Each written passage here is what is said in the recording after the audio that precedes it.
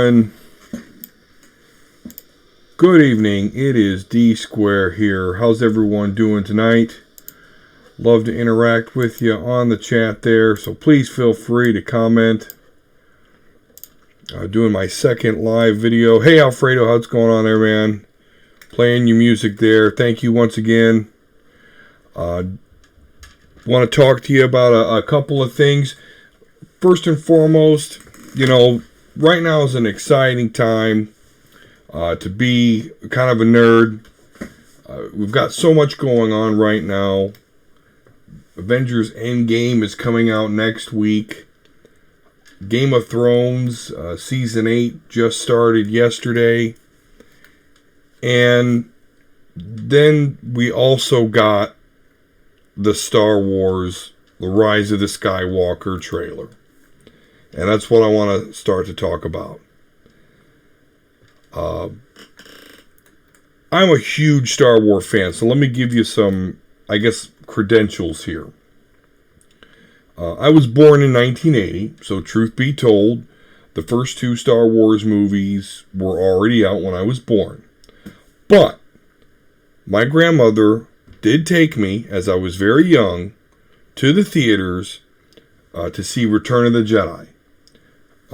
I was very young, so I guess I did cry and we were kicked out. But I can say that I went to the theaters to see at least one of the original Star Wars trilogy.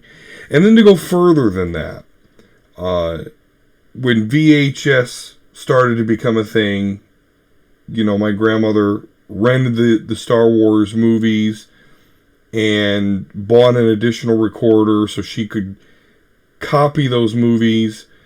And because of that, I watched those movies over and over and over and over again. Good evening, Alfredo, sir.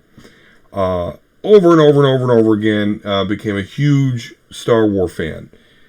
And then, and I'm also one of those Star Wars fans that like Episode 1. Okay? Nice. So, yep. See, Alfredo, first video bought on VHS. Absolutely was that huge. And everyone did it. And like I said, I was lucky enough to have a grandmother that figured, hey, let's buy a video recorder so we can rent these and copy them down. And yeah, years upon years of just watching those over and over and over again. Wore out the tapes. Stuff we don't have to worry about nowadays with DVDs, Blu-rays, and digital. But yeah, and I even like Episode 1, The Phantom Menace. Loved it. I can remember still being a teenager in the theaters thinking, oh my God, Star Wars is in the theaters again. And then literally one of the first scenes of that movie is Qui-Gon and Obi-Wan just getting out their lightsabers, doing Jedi stuff. It was awesome. So I have to do this little thing where I kind of ignore Star Wars, especially when a movie is coming up because I get so excited about it. And I was definitely excited about the third installment of this third trilogy. I happen to like The Last Jedi. Admittedly, it didn't go exactly where I wanted it to. I was also one of those people that wanted to see Luke do some cool Jedi stuff. And essentially we did. Projecting yourself across the galaxy like that using the Force is an awesome feat. Saw Solo, wasn't impressed, but still enjoyed it. Rogue One was good, all that. But I kind of turned myself off to Star Wars here until this trailer drops, okay?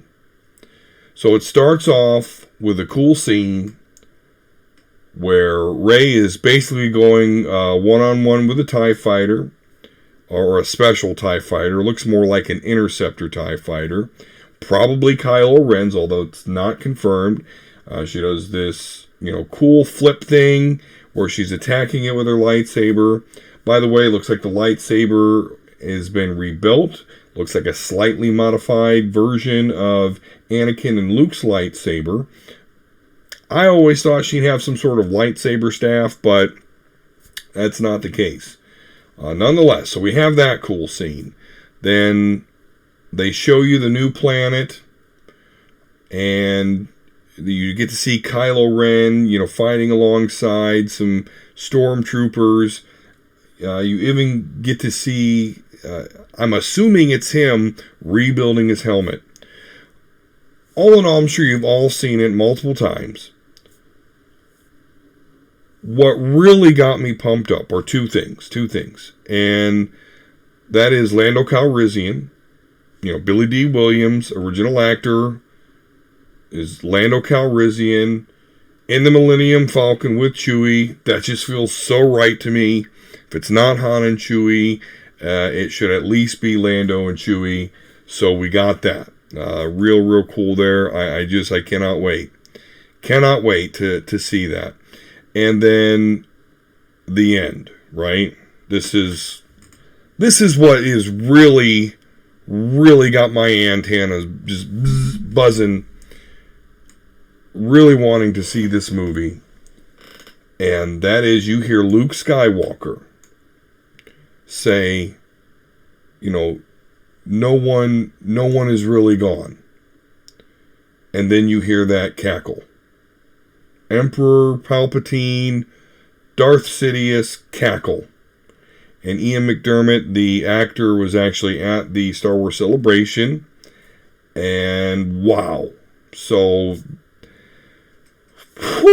well, I mean, that is not something I expected. It is possible that Darth Sidious could be back. For those of you that read some of the Expanded Universe books, which are no longer canon, but they were back then, Darth Sidious had cloned himself, used the Sith, dark side of the Force to transfer his spirit to a younger body, and boom, he was back. That could be the case here, but the name of the movie, The Rise of the Skywalker, that makes me think something else is afoot here. So, I'm going to do a prediction here. Okay? I'm going to do a prediction. A bold prediction. A few of them, actually. My first prediction is that Rey is a clone of Anakin Skywalker. I believe we will find that out. I believe that's why Darth Sidious is going to be in this movie. I don't necessarily think he's going to be alive. I think we're going to see a flashback, and I think we're going to see where he sets these events in motion, a.k.a. cloning Anakin Skywalker, and boom, there we go. We'll see that. I also predict that Rey will go to the dark side. I think Rey, who you might remember from The Last Jedi, was pulled to the darkness, right? Luke says, you didn't even hesitate. You remember that dark hole that, she kind of falls into, scares Luke. So I think she's going to end up going to the dark side. Kylo Ren, if you remember from The Force Awakens, commented, the light is pulling me. I think he's going to become a good guy, and I actually think he's going to adopt the name Ben Skywalker. So I think that we're going to see a Ben Skywalker versus evil Rey conflict. I think that's what's going to happen. I really do. That's just what my gut is telling me. Now that I know the Emperor Palpatine, or Darth Sidious, whatever you like to refer to him as, now that I know he's somehow involved with all this, that just seems like the twisted situation that he would create. And they've already commented how Kylo Ren, Ben Solo, is being pulled to the light, and Rey is obviously shown an affinity for the darkness, and if she is truly a clone of Anakin, well, we saw how quick he went to the dark side, right? He went from this big savior to, I'm killing kids. Killing people at the drop of the hat. So those are my big predictions for the Star Wars Episode 9, The Rise of the Skywalkers. So, okay guys, I'm just going to take one swift break here. I will be right back with you, I promise. In the shake of a lamb's tail. Be right back.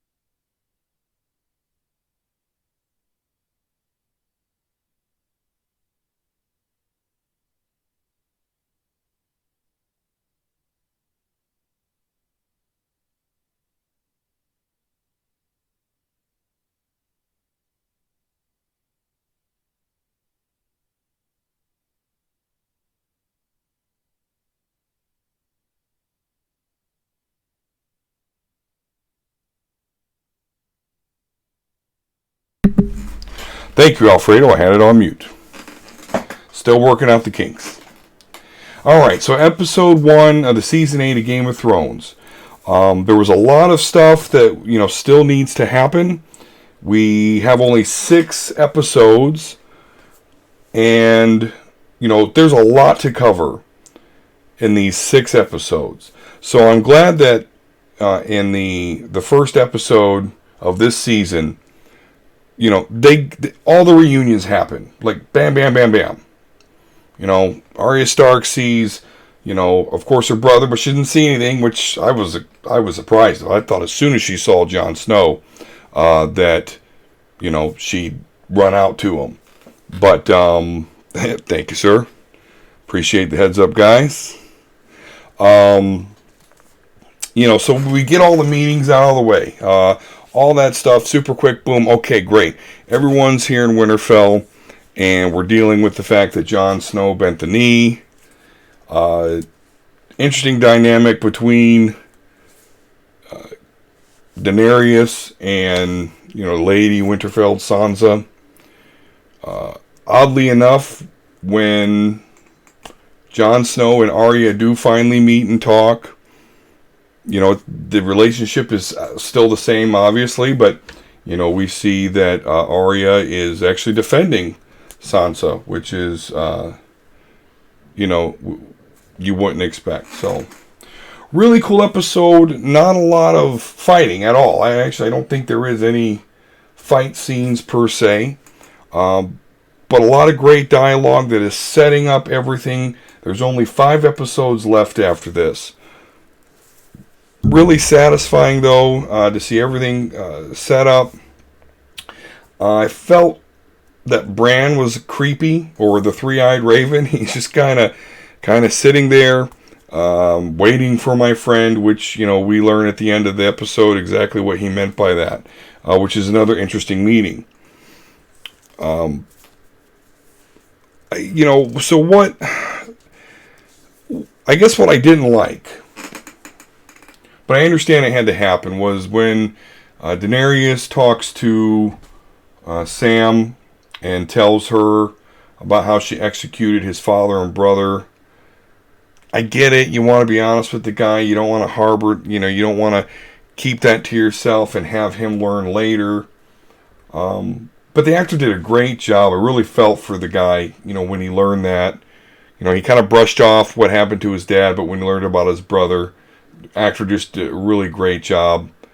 And I watched it multiple times already, and after the first time I watched it, I thought I remember him already, him getting angry at that situation and then going to tell John about his family. But after I watched it a second time, I realized he was upset. He was kind of going to grieve. Brand, Mr. Creepy there, Three-Eyed Raven, he has to convince him to go tell John, which he does.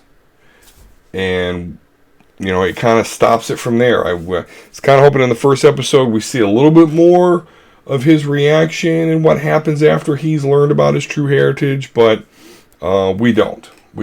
Yeah, it was. I know it was so afraid of there in chat, about brutal when Sam got that news. Yeah, I'm right with you there. He was a cool character, a character that you really feel for. One of the only characters that are like pure good guys in the series, and he had to learn that. And again, the actor was just really, you could just really, really feel that guy's pain. So yeah, that was tough to get through. Euron Greyjoy pretty much gets what he wants. He actually gets to bed Cersei after a little bit of convincing, but I can understand why Cersei did it. Euron's kind of got her in the palm of his hand. He could always take the Iron Fleet away, which would be a big problem for her. Also, it was pretty wicked once she was told that the wall fell, that, that maester that told her, he was all distressed about it, and she's just smiling like, yeah. Obviously she's going to see which side wins and attacks them, which I think is a dumb mistake, because if the White Walkers win, they're going to have 2 more dragons, they're going to have, thousands of more undead soldiers, so I think Cersei's being pretty stupid there. Overall, excited for the next episode. I certainly have some predictions. By the way, how was it when Jaime Lannister and Bran finally met? That was the old friend that the Three-Eyed Raven was waiting for. But that's all. We just get to see that kind of look Jaime Lannister has on his face as he sees him, and then that's where the episode ends. Which is funny, because it always makes my wife mad. It always ends a couple minutes before, like, 10 o'clock, and she just can't handle it. So yeah, 5 more episodes, and they're almost done Winterfell. I would think next episode is going to be a huge battle of Winterfell, which if that happens, that'll be crazy, because then we're going to get to see Avengers 4 and the Battle of Winterfell like all in the same week. Cersei is completely losing it. She didn't get her elephants. She was real mad about not getting those elephants. She's got 20,000 Gold Company soldiers, but yeah, I do not know what her plan is whatsoever. I mean, the Mountain can probably take down 100 guys before he goes down, but I mean, in Grand Maester Qyburn or Maester Qyburn, who knows if he's retooled, that Stinger crossbow that kills dragons, so who knows how effective anything he will do will be. But yeah, I interesting stuff. So predictions. Overall predictions. I'm gonna take you down the rabbit hole here a little bit. So I don't know how familiar with some of the legends you will be, but so the legend of Azor Ahai and Lightbringer is something that is in the Game of Thrones lore. I think it was that the prince, we've heard about it in the show as the prince that was promised. And so Lightbringer basically is a sword that, is from the Lord of Light. And I think it's a lot like that flaming sword that Beric has. But The legend is that the way it is forged is that it is actually plunged into the person you love.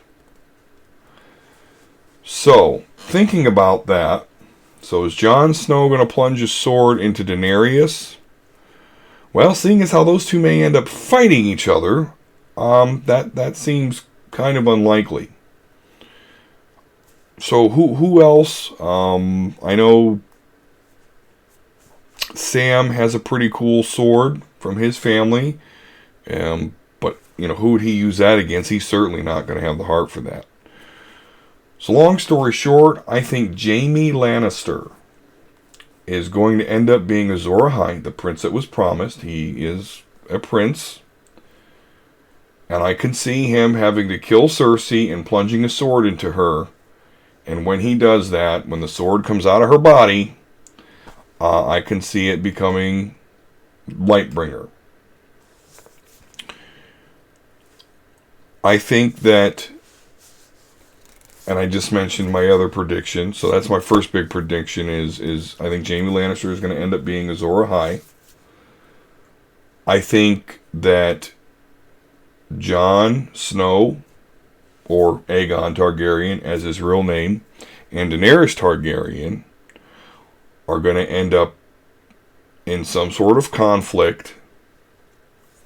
I don't know if this is going to be after they maybe defeat the Night King. I don't know, and that's why this season is so crazy, because I expected everyone to come together and all be about defeating the Night King, but we've got Cersei in the south who's basically waiting for the Night King to wipe out everybody in the north. We have the fact that Jon Snow learned about his heritage and has been stressed to him like, you are the true king, and we all know Daenerys is not going to take that down, not take that sitting down. I mean, it could end up good. Oh, we love each other, so it's okay. You're king, I'm queen, blah, blah, blah. We're Targaryens. Yes, I understand that he is sleeping with his aunt, but that is actually acceptable in Targaryen culture. So, I don't know how that's going to go, but I do think that they're going to end up fighting. They're going to end up having some sort of conflict here because... And it's going to be interesting because Daenerys wants the throne. Jon doesn't. But, as we've displayed by seeing what she did to Sam's father and brother, that he actually may be more suited to rule than her, and therefore be urged to by the people of Westeros.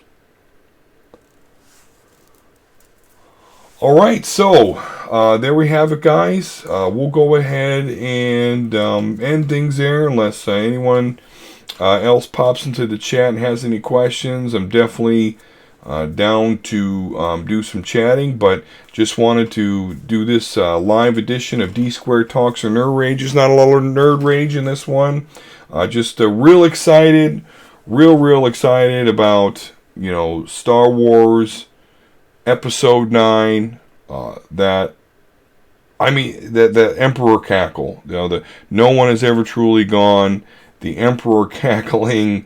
I'm just gonna be thinking about that. I'm gonna be on that. I'm gonna probably watch that trailer umpteen more times because my excitement level has just gone up tenfold for that movie now, and I'm just excited.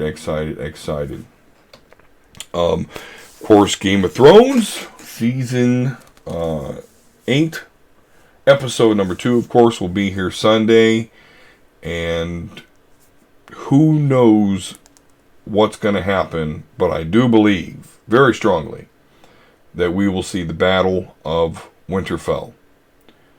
I don't know how that's going to end, because that undead dragon that the Night King has now, the undead Viserion, is just cool. And I know that Daenerys has 2 dragons, but they apparently don't like the cold.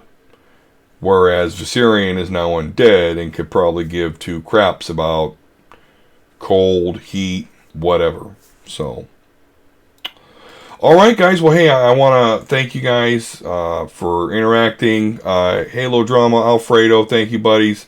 Hope to see you on the next episode. For those of you that didn't join in the live stream, I certainly do hope that you enjoyed this episode. Would love to see comments. I'd love to interact with you there. Please like and subscribe to this channel. That would definitely help me grow. Please share my link to your social media feeds. That'll also help me grow.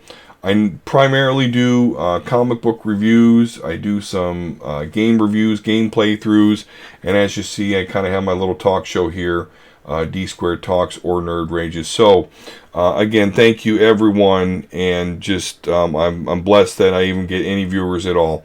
But I hope to see you on the next episode, on the next video on my channel. Peace. Have a good night, guys.